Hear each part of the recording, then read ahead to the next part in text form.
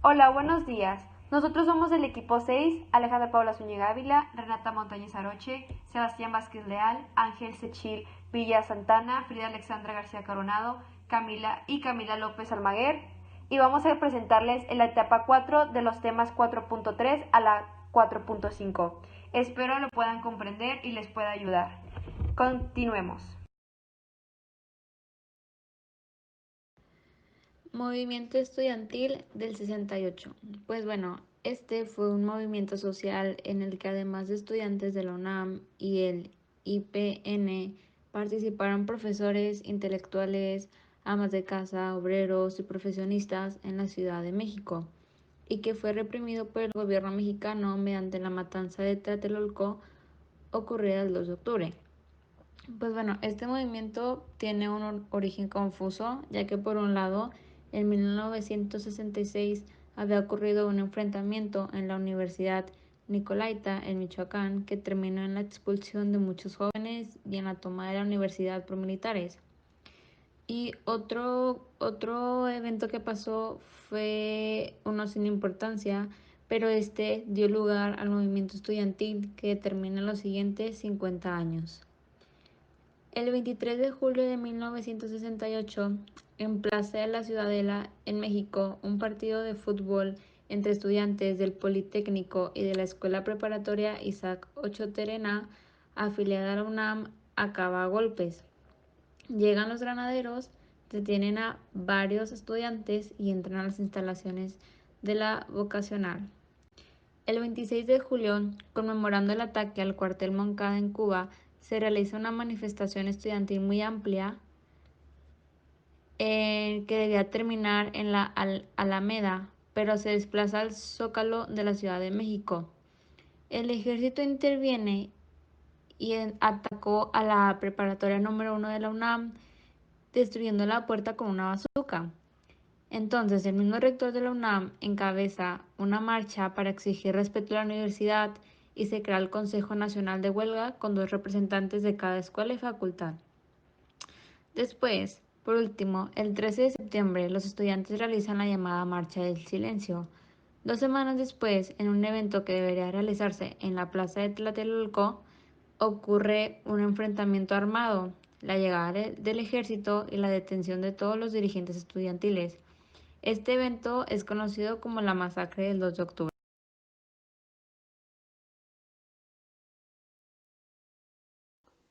En el movimiento estudiantil del 68, en México tenemos muchas perspectivas distintas de todos los demás. Y en el año 1968 fue la derrota global de la izquierda, pero prácticamente en ese año termina el proceso de descolonización y desaparece el apoyo público a las propuestas socialistas. Después, en ese mismo año se independizan 3 naciones, más en África para sumar 47, quedando solo en algunas posesiones españolas y portuguesas en el continente. En Asia fue el proceso de la independencia que sufrió más de los efectos de la Guerra Fría y en 1968 se dio la ofensiva de Tet en Vietnam. En el occidente de 1968 se representó el fin de la nueva izquierda en Francia y el movimiento estudiantil, que en mayo terminó siendo rechazado o solo por el gobierno conservador.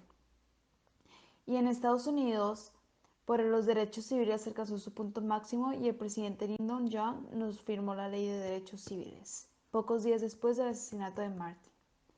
En la nueva izquierda, representada en Estados Unidos por los estudiantes por una sociedad democrática, impulsó conflictos en diversas universidades por el momento, que fue la única lucha callejera en Chicago. Y la batalla campal desprestigió la liberación que había iniciado Dut es aplastado por la Unión Soviética, que debilitó seriamente los discursos izquierdistas en otros países.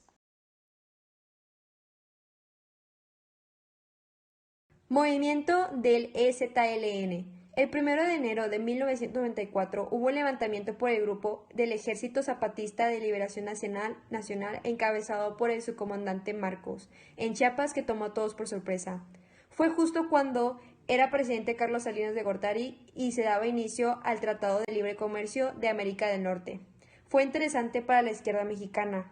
De todo el mundo vinieron personas a realizar lo que entonces se llamó turismo revolucionario y a tomarse fotos con Marcos, que aprovechó al máximo su popularidad.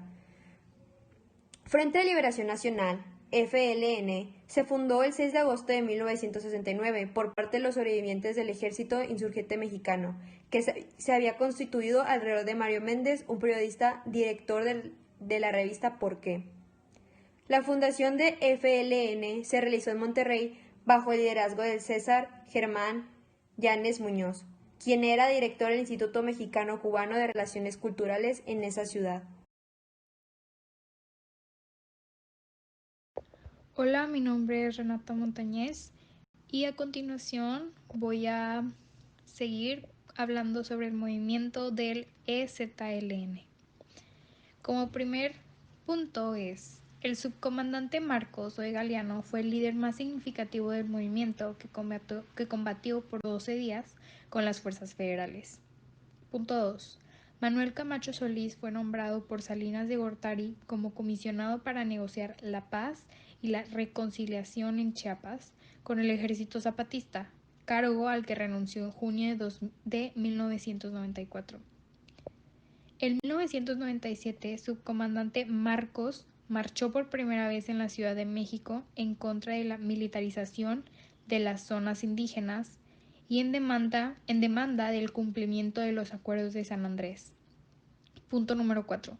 Tras un largo camino de negociaciones, transiciones y desacuerdos con los gobiernos de Salinas, Zedillo y Vicente Fox, el EZLN anunció en 2003 la creación de caracoles y juntas de buen gobierno, mecanismos con los que consolidó su autonomía y suspendió el diálogo con los presidentes Felipe Calderón y Enrique Peña Nieto.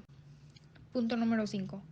En la actualidad el ejército zapatista es regido por estas juntas regionales en las que participan representantes de 27 municipios rebeldes que conforman el espectro de la resistencia que ha consolidado, al margen de las autoridades y leyes oficiales. A continuación les voy a decir los personajes del EZLN. Mayor Ana María, Comandante Tacho, Comandante David, Comandante Cebedeo, Comandanta Yolanda, Comandanta Susana, Comandanta Esther y por último, pero no menos importante, Subcomandante Moisés. Gracias.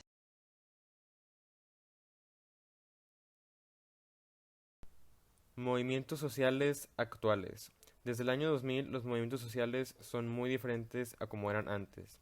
Se han desarrollado la autonomía de grupos que antes estaban subordinados al poder presidencial. Han surgido muchos movimientos que buscan la paz y otros que buscan justicia por los que desaparecieron en este proceso debido a la violencia. Antes, en los tiempos de la guerrilla, había movimientos similares a los que hay ahora, pero esos fueron más chicos, ya que en esos tiempos los desaparecidos eran algunos centenares, pero ahora son decenas de miles. Algunos ejemplos son el movimiento de pares de estudiantes de Ayotzinapa, el cual es uno de los más conocidos. Pero también hay otros que se centran en tragedias más específicas, como el movimiento de pares de los niños de la guardería ABC en Hermosillo, la cual sufrió un trágico accidente donde sucedió un terrible incendio que tomó la vida de 49 niños pequeños.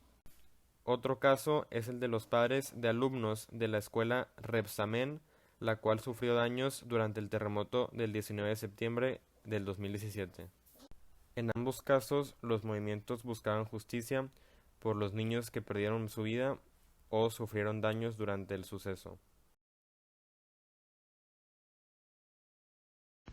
Hola, me llamo Ángel Villa y hoy les voy a explicar sobre los movimientos sociales actuales. En el siglo XIX se inició una ola global de transformación que reconoce diferentes temas los cuales no habían recibido atención. Entre esos temas podemos encontrar pues algunos de los más importantes que son la distinción entre los géneros, las preferencias sexuales y la igualdad de grupos, que ya sean por género, color de piel o preferencias. Estos movimientos sociales también son incluidos aquellos grupos que normalmente la gente no considera como un movimiento social, ya que se han creado diferentes grupos de estudio centrados en la elaboración y en el análisis. Que estos grupos o movimientos sociales que normalmente, como ya lo mencioné, que normalmente no son conocidos como, no son reconocidos o conocidos como movimientos actuales, ya que la gente no los ve como un movimiento un movimiento social, pero sí son, ya que ya que son conocidos como laboratorios de ideas, pero son más bien actividades que la sociedad ha creado a lo largo del tiempo, pero que son para defender estas actividades políticas públicas. Y estos grupos sociales que no eran conocidos como movimientos sociales son conocidos como laboratorios de ideas. Y en México no existieron hasta el siglo XX y ahora en nuestros tiempos son cada vez más relevantes. En otras partes del mundo se han convertido en la herramienta principal de la política, además incluyendo la vía electoral. Es posible que así sea en México. Y muchas gracias por escuchar.